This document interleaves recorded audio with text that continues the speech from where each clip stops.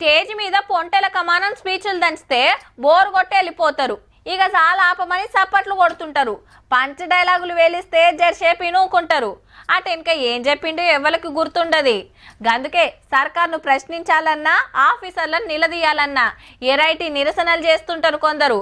కొత్తగా ఉండాలి, పబ్లిక్ ముచ్చట్లు ఆల్కగా అర్థం కావాలి. ఇగో గిట్లా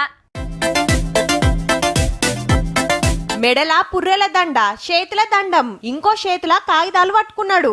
అంబేద్కర్ విగ్రహం కాడికొచ్చి పూలదండేసి వినతి పత్రం ఇచ్చిండు. మంత్రగాడు కాదు, మాయల పకీర్ కాదు, అవినీతి మీద ఇదో ఎరైటి నిరసన.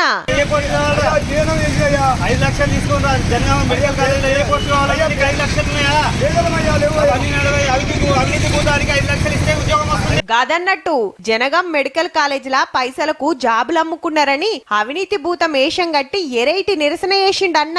పేరు నాగరాజు, సామాజిక కార్యకర్తనట.